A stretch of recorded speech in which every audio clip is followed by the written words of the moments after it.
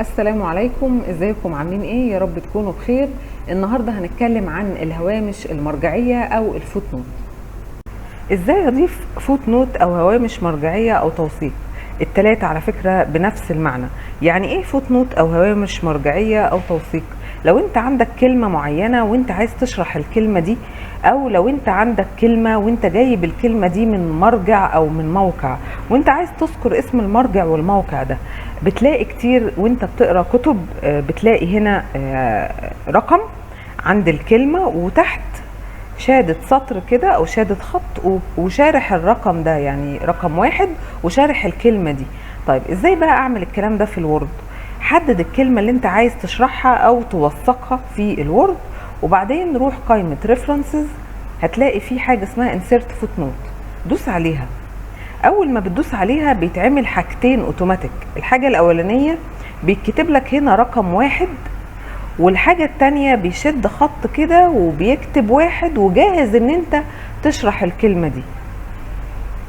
على فكرة انا عارفة ان التوثيق هنا كده غلط، والمفروض ان التوثيق ده المفروض يبقى ناحية اليمين. هنقول الكلام ده ما تقلقوش، بس خليكم معايا واحدة واحدة كده. نشرح الاول التوثيق وبعد كده نشرح ازاي بقى نعدله، لان هو كده طبعا مش صح. المفروض ان ده توثيق لكلام عربي، يعني المفروض يبقى من ناحية اليمين. لو انا بوثق او بضيف insert footnote لكلام بالانجلش، المفروض ان هو يبقى ناحية الشمال كده صح. انما الكلام ده كده ما ينفعش، يعني انا بكتب بالعربي المفروض برضو يبقى اتجاه الكتابة في التوثيق يبقى من اليمين للشمال. ده كده مش صح، انا عارفة، بس خليكم معايا هنقول الكلام ده. بس خلينا الاول نكمل شرح الفوت نوت وبعد كده نشوف هنعدل اتجاه الفوت نوت ازاي.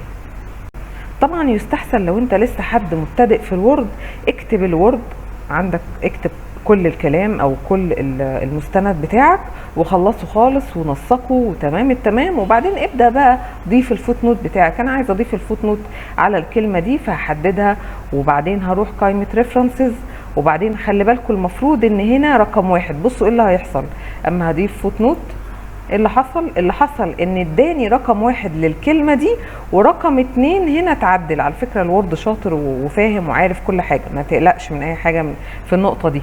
هو عارف ان رقم واحد قبل رقم اتنين، فادى الكيمياء دي اداها رقم اتنين واداها تحت رقم اتنين، مفيش اي مشاكل خالص، ما تقلقش.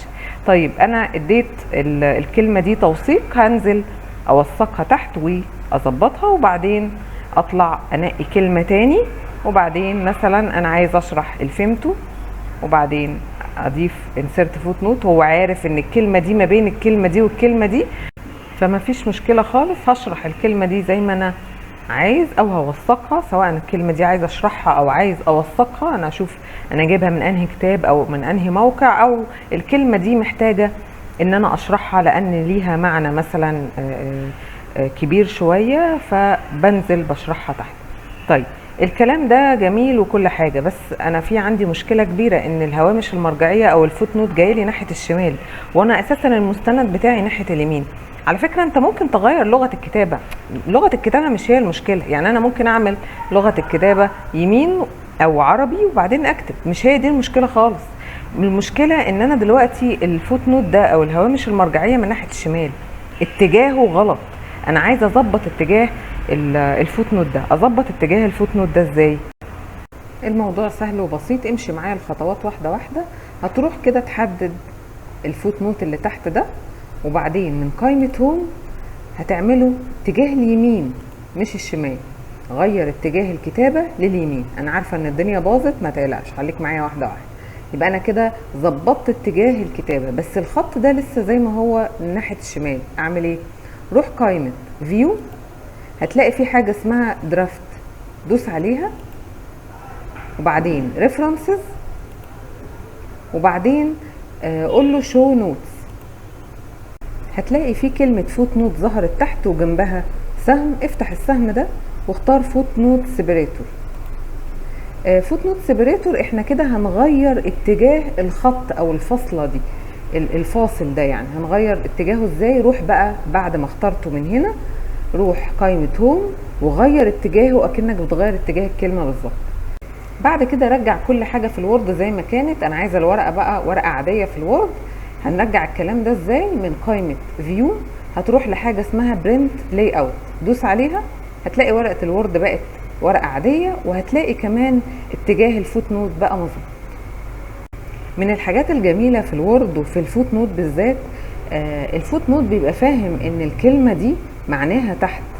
معنى كده ان الكلمه دي لو راحت اي صفحه الفوت نوت بتاعها هيجي معاها. بمعنى انا دلوقتي لو وقفت عند الكيمياء دي وعايزه انزل الكلام ده في صفحه جديده، فاكرين كنا بنعمل ايه في المحاضره؟ كنا بنقول علشان ننزل صفحه جديده بنعمل كنترول وانتر، بس وانت واقف عند الكلمه او من اول الكلمه اللي انت عايز تبدا بيها الصفحه الجديده. طبعا لو انا عايز اضيف صفحه جديده وانا في اخر المستند بعمل الاول كنترول اند وبعدين كنترول انتر، انما في الحاله اللي احنا فيها دي انا عايزه انزل كلمه الكيمياء بما فيها اللي بعدها، يعني الكيمياء وكل اللي بعدها انا عايزه كل ده في صفحه لوحدها. هعمل ايه؟ اقف قبل كلمه الكيمياء دي وبعدين دوس كنترول انتر. كده انا عملت ايه؟ انا خدت السطر ده نزلته في صفحه جديده. هل معنى كده ان الوورد فهم ان الكيمياء دي المفروض ان الفوت نوت بتاعها يجي معاها؟ عارف وفاهم ان الفوت نوت ده خاص بالكيمياء، والاتنين فوت نوت دول موجودين هنا ليه؟ علشان الكلام بتاعهم هنا اهو، واحده اللي هي الكلمه دي والتانيه اللي هي الكلمه دي. تمام جدا. طب انا لو عايز اشيل فوت نوت، انا وثقت كلمه وبعدين انا مش عايز توثيق الكلمه دي، انا بعد ما وثقت الكلمه رقم 2 دي انا مش عايز التوثيق ده.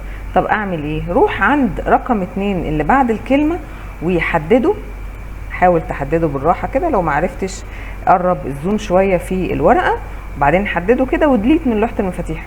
خلاص. طب انزل تحت كده في الورقه هتلاقي خلاص رقم 2 اتشال وبقى موجود رقم 1 بس. يبقى انا كده عرفت ازاي اضيف فوت نوت وازاي امسح فوت نوت وازاي اغير اتجاه الفوت نوت، وكمان عرفت ان الفوت نوت ده ذكي وعارف ان كل كلمه عليها توثيق او عليها فوت نوت بتبقى في نفس الصفحه ما بينزلش، ولو انا نزلت الكلمه دي في صفحه جديده بتاخد الفوت نوت بتاعتها وبتنزل في صفحه جديده. عارفين ان هنا في مشكله في تنسيق الارقام، ان شاء الله نعمل لها فيديو قريب ازاي اخلي تنسيق الارقام مظبوط في الوورد، وانا بكتب بالعربي الارقام تبقى بالعربي، ولو انا بكتب بالانجليش تبقى الارقام بالانجليش. لو عجبك الفيديو يلا اعمل لايك وشير كمان علشان غيرك يستفيد. كمان لو لسه ما اشتركتش في القناه يا ريت تشترك في القناه وتفعل الجرس علشان يجيلك كل جديد احنا بنقدمه ان شاء الله. اسيبكم في رعايه الله.